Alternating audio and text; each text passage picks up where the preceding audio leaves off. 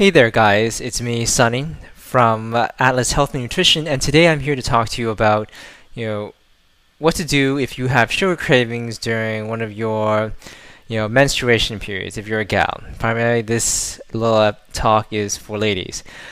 And the best way to deal with those kind of issues is to realize why it happens. And the reason why it happens is, according to some research so far, it turns out that you have lower blood sugar during your menstruation period or your period because of fluctuations in your hormones, whether it's estrogen affecting your insulin levels or things like that. Primarily, it's related to that system, either it's insulin or other satiation, sort of hormones in your body. But without getting into the geeky science part, let's just put it down to the fact that hormone fluctuations during your menstruation period affect your blood sugar, and it makes it lower, and that means you feel hungrier and that you feel like you need more energy.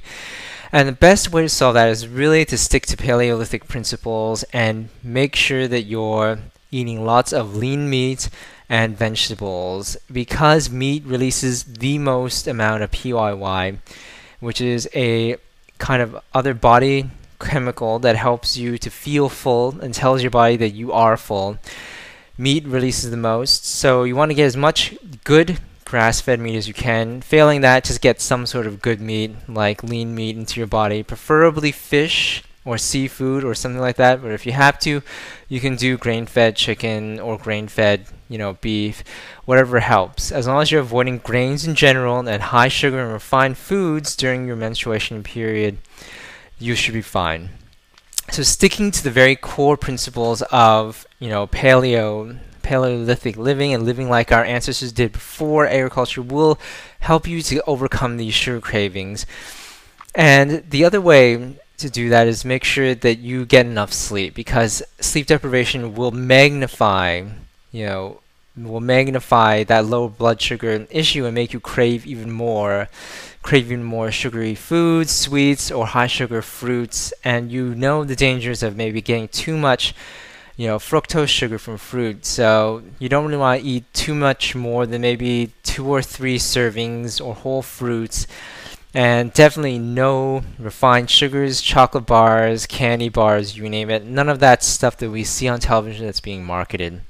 So sticking to those primal principles will help you overcome, that kind of craving when you're having that menstruation period or that time of month, essentially. You can also work on other ways to distract yourself, which would involve things like doing exercise to boost serotonin levels and feel much more happier, in control, less likely to want to crave, foods, because you replace it with the high or the good high release from exercise. And so that's another method to help you to deal with sugar cravings.